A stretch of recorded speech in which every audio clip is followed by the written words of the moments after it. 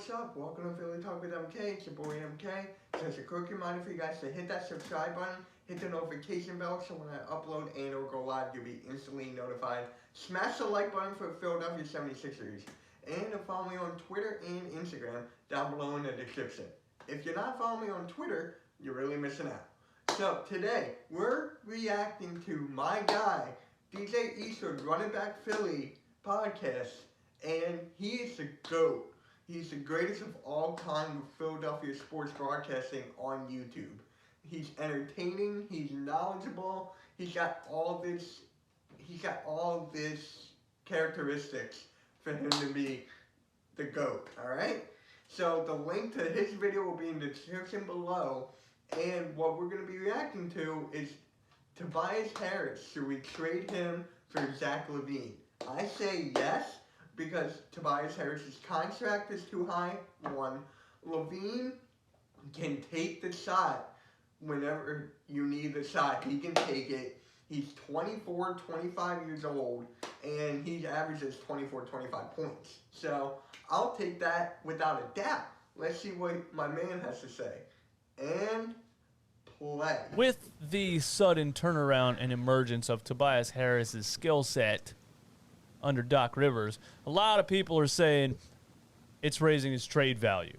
You know, because we thought we couldn't trade Tobias before because of the contract and the fact that he was underperforming, but now he's performing, and people are saying it's raising his trade value. So the question is, would you trade him, and who would you trade him for? You already know who I would trade him for.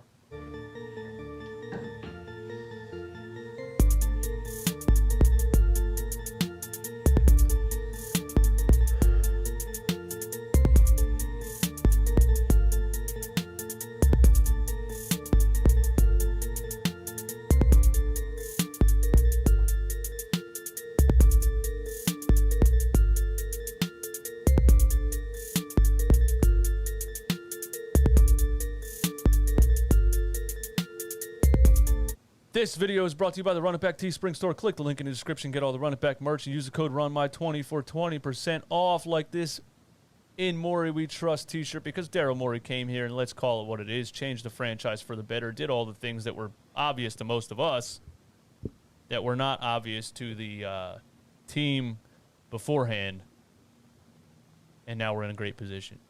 Also, buymeacoffee.com. You know, I love coffee and I love sports talk. I'll give you sports talk. If you would like to show your appreciation for this daily sports talk, you can do so by buying me a coffee.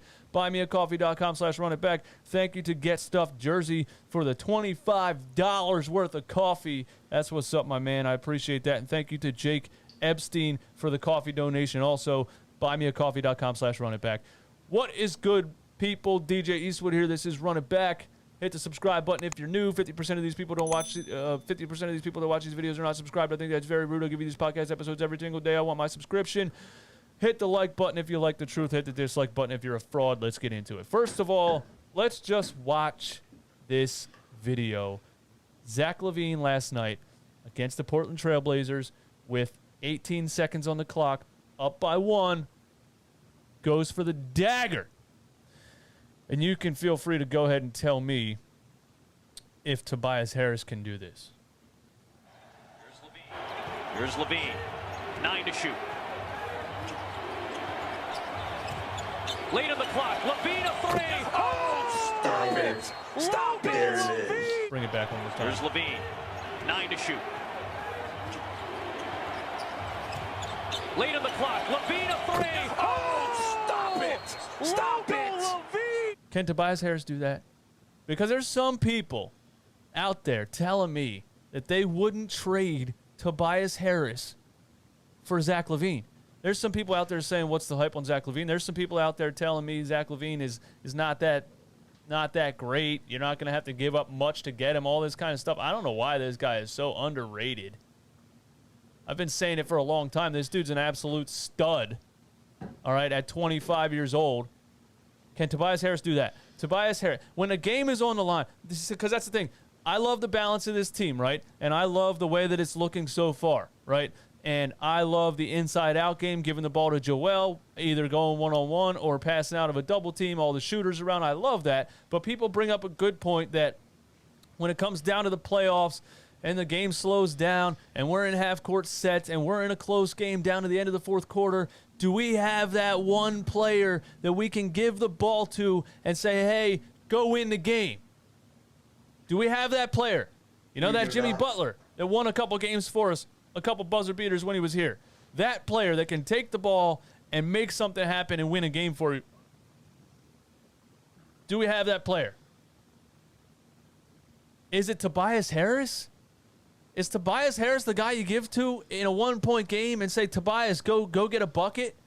Go one-on-one and hit a step-back three to ice to put the dagger in this team? Is Tobias Harris that guy? I'm loving the way Tobias Harris is playing, but he ain't no Zach Lavine. And then when you take into consideration the other things I'm about to talk about, he's definitely no Zach Lavine. Let me get to the right folder here. All right, so first of all, you got to look at their salaries, right? Because the reason we think we thought we couldn't trade Tobias was because of his salary is so outrageous. And the reason that Zach Lavine would fit so much better on this team is partially his salary, right? And the Bulls have said they don't plan on trading Zach Lavine. They can say that all they want. At the end of the day, next year is the last year of Zach Lavine's contract, and then he's an unrestricted free agent. And do you really think Zach Lavine, if the Bulls continue to be a bad team, do you really think Zach Lavine is going to want to spend the rest of his career there? Do you really think Zach Lavine is going to want to sign the Supermax extension and stay in Chicago for 5 years for the next 6 seasons? Do you really think Zach Lavine wants to do that? Or does Zach Lavine want to be the stud player on a championship caliber team, right? So next year is the last year on his contract, and he makes $19 million a year.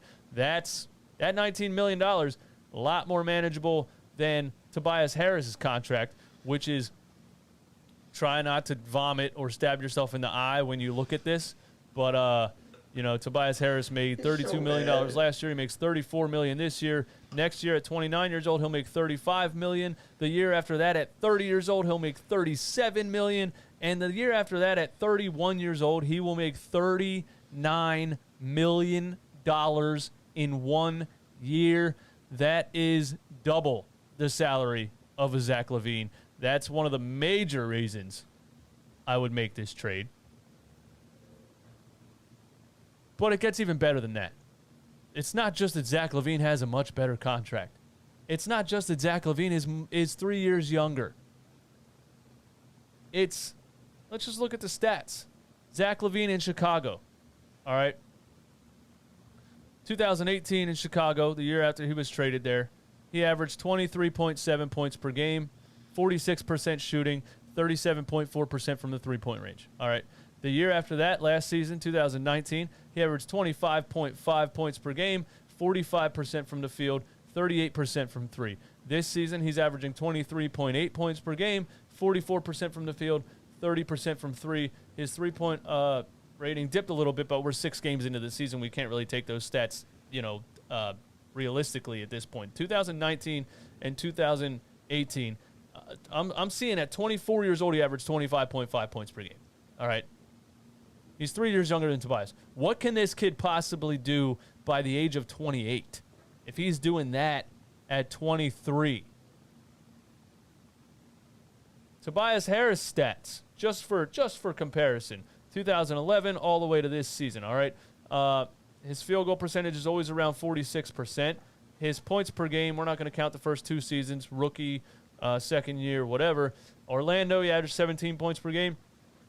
Orlando, he averaged 14. Orlando, he averaged 17, 13.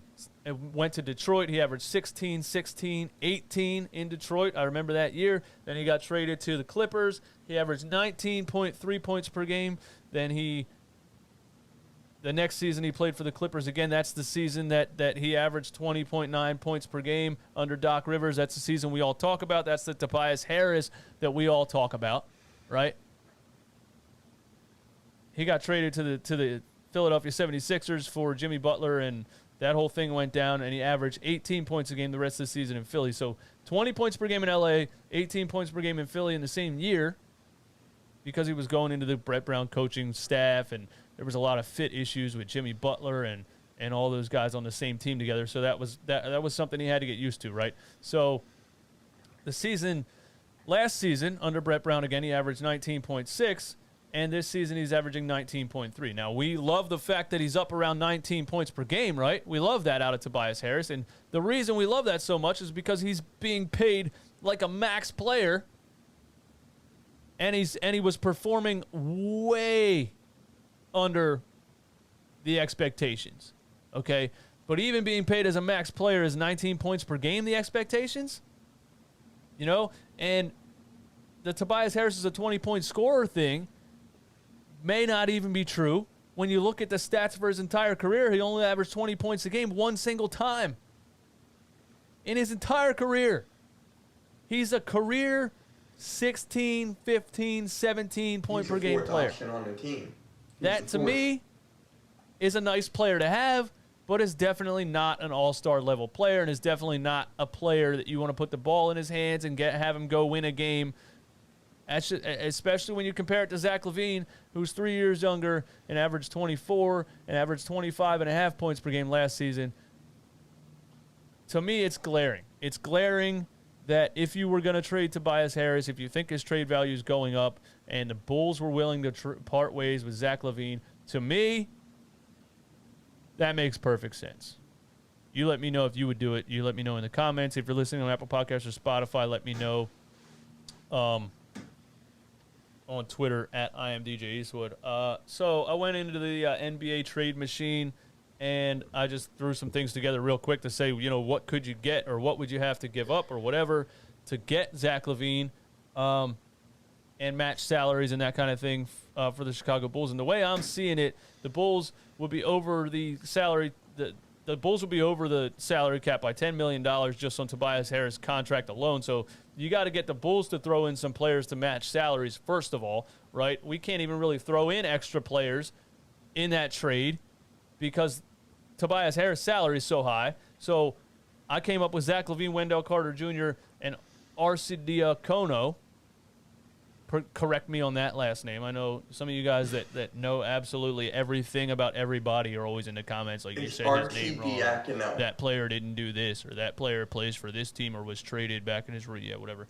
I came up with these three players in a Tobias Harris trade. And how does that benefit the Chicago Bulls? Well, it doesn't much.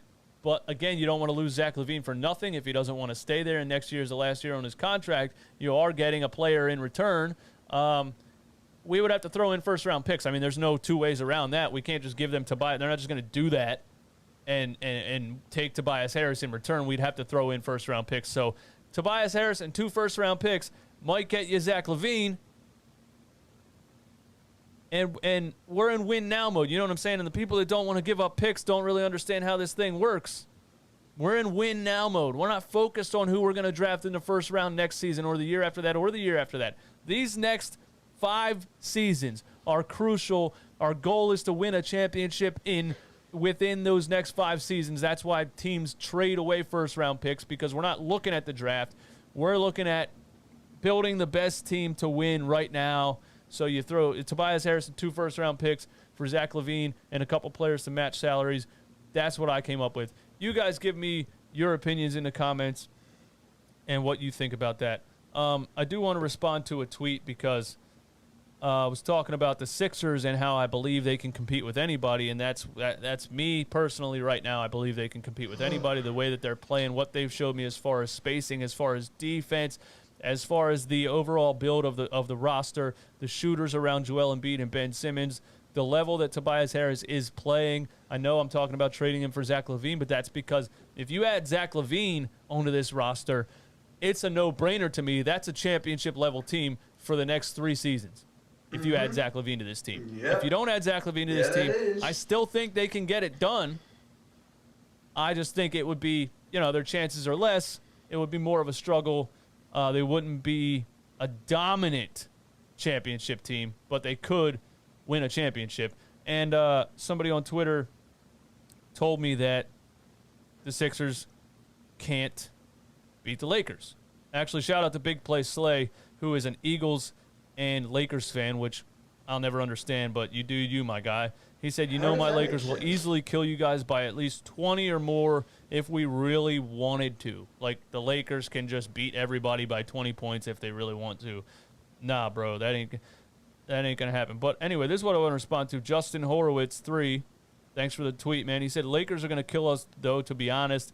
If they didn't have Gasol, I would favor the Sixers, but just because Embiid got AD's number, but Marc Gasol got big boy Embiid's. I think that means big boy Embiid's number. I want to say this. Marc Gasol is one of the only players in the NBA that can guard Joel Embiid. We all know that. We talk about it a lot, right? He shut him down in the playoffs that year and all that stuff. But was that 100% Marc Gasol? Or was that Marc Gasol plus Serge Ibaka plus the fact that the Sixers' spacing issues were what they were and we didn't have the team that we have now? You understand what I'm saying? Joel Embiid looks so much better this season because of the roster construction, the spacing, the creativity on offense, and the shooters on the three-point line. So it was easy to double-team Embiid when he passed out and we brick everything. Or when he would get double and triple teamed so fast that he would turn the ball over. It's not looking like it's that easy to double team Embiid now. He's passing out of the double team way better. They practice it, they work on it every single day. So I don't think Marc Gasol would have as much success against Embiid now as he did then, especially being 2 years older. Marc Gasol is, what is he, 32 years old? I think it's 34. But also, we dump the ball down to Embiid. Marc Gasol 1-on-1. I think Embiid has him at this point. Lakers bring a double team. We pass out of the double team way better than we passed out of the double team back then. I just think that was a different team, and you can't really judge Embiid versus Gasol 100% off of that. You got to look at what our team looks like now with the spacing, the ball movement, the creativity, what they're doing in practice, how much better Embiid looks passing out of double teams, everything. I think the Philadelphia 76ers, I think the 2021 Philadelphia 76ers can hang with the Lakers right now, even without the Zach Lavine trade.